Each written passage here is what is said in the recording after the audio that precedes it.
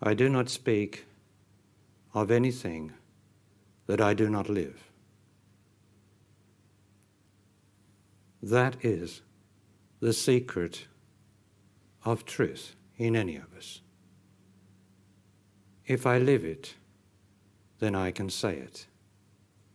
If I don't live it, then I am just a drum beating in a vast universe.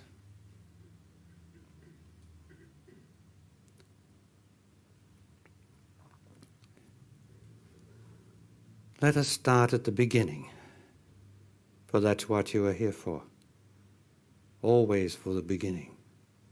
For the beginning is in you. In you who are listening to these words. And in I who am uttering them.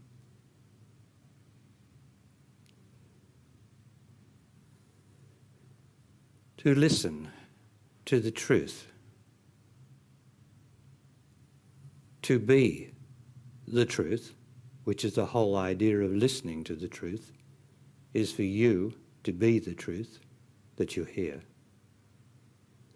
You have to listen in your own experience. This is a term that is not very widely understood, because most people listen in experience, not in their own experience, but in what they have experienced in the sense of external experience. What they've read, they listen for what they've read, what they've heard in the movies, what they've seen on the television, yes, what they've read in the newspapers. There is an area of us in which that is absorbed. And there is an area of us, of course, which copes with the daily challenges of existence, earning our living, having relationships with our mother and father, with our loved ones, and our love life generally. These are all experience. But what I'm asking you to do is to listen in your own experience.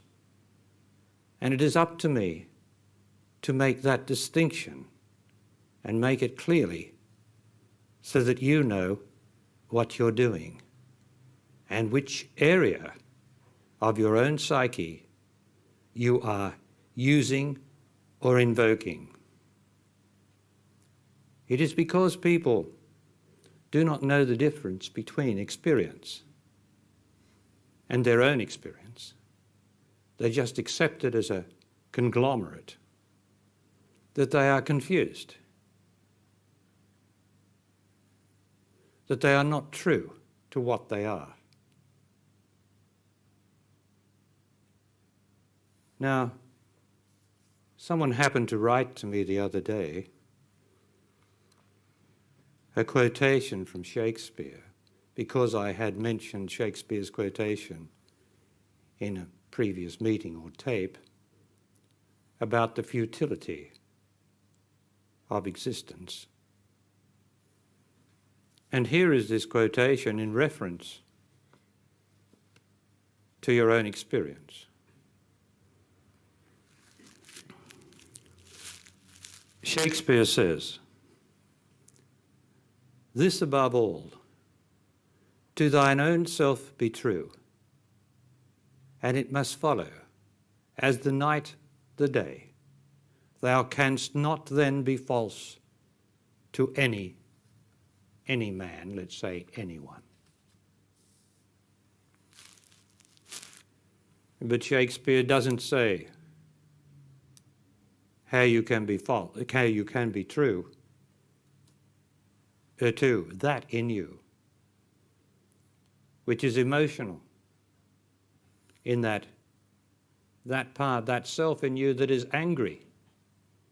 How can you be true to something inside of you that is angry? If you are true to anger, then you have to be true truly anger. If you are true to unhappiness, then you have to be unhappy. So you see, all poetry, and as magnificent as Shakespeare's poetry is in so many ways to so many of us, and demonstrates the human condition in so many wonderful ways, it's not enough, because to thine own self be true. Well, what are we talking about here? Someone who is emotional, in a partnership, let's say, will often declare, I tell you, this is how it is, this is the truth, and you are a so-and-so, so-and-so. Now, that person will think they are being true. But where I come from, they are only being true to their anger and their position. And this whole quotation is about being true to something else that is not yourself, that just can't be defined or described. And yet, as we proceed here, you will know in your own experience what it is. To thine own self be true, and it follows as night follows day, that you will be true, not only to every man, but to every living thing on everything, even the furniture in your house, you will be true to. You will not destroy anything needlessly, although you may have to destroy many things because you have to, not by choice, not out of anger, not out of discontent, but just because that's the way of things, that everything has to perish, has to pass away. But your good intent is to protect everything, like the flowers in your garden, the furniture in your house, your car, whatever you own. You do your best to protect as much as it is possible in this existence, to protect anything.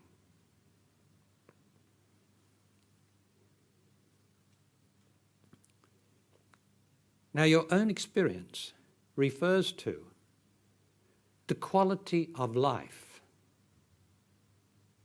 It doesn't refer to winning the lottery, because you could win the lottery and you could say, I've experienced winning the lottery, and you would think perhaps that that was in your own experience. Well, it is your living experience, but it's not your own experience, because your own experience is about the quality of life every moment. And winning the lottery is filled with hopes about the future. Tomorrow I'll pay off the mortgage. Tomorrow I'll do this with all this money. The only thing is that tonight you might die. So it's an experience, all right. And so most of our life is this experience. We can't deny that. For that is the very nature of existence as far as we are concerned, is that every moment is an experience. We are being bombarded by experience through our senses. Sight, hearing, heat and cold, all those things. Every moment it's there, something's coming in through our senses. But true to your own experience is not true to your senses' experience, it is true to that which is behind your senses' experience. And that is what you are. I'll give you an example. To love. What is it to love?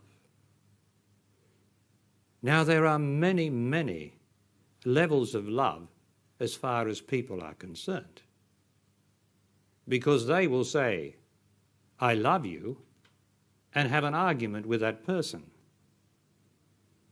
And That to them is their love, that they love the other. But is that love?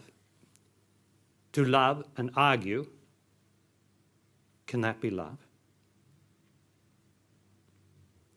Well, it is clear and self-evident, isn't it, that although there is no doubt in the person who loves the other, there's no doubt about that love. We can't question that. But is it real love? And the answer where I come from is no, it's not real yet, because it has disharmony in it. And love, in your own experience, has to have no disharmony in it.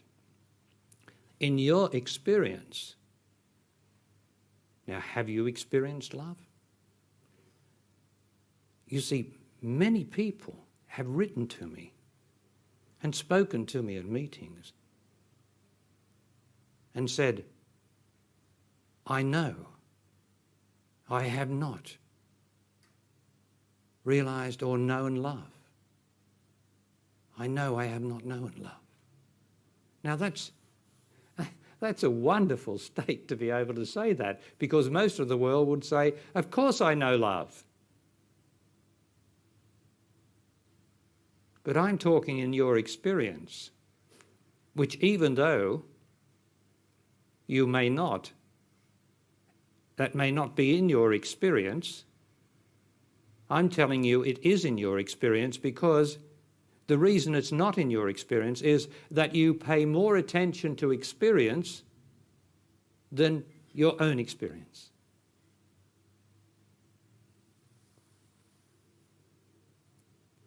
Your own experience applies to the quality of life.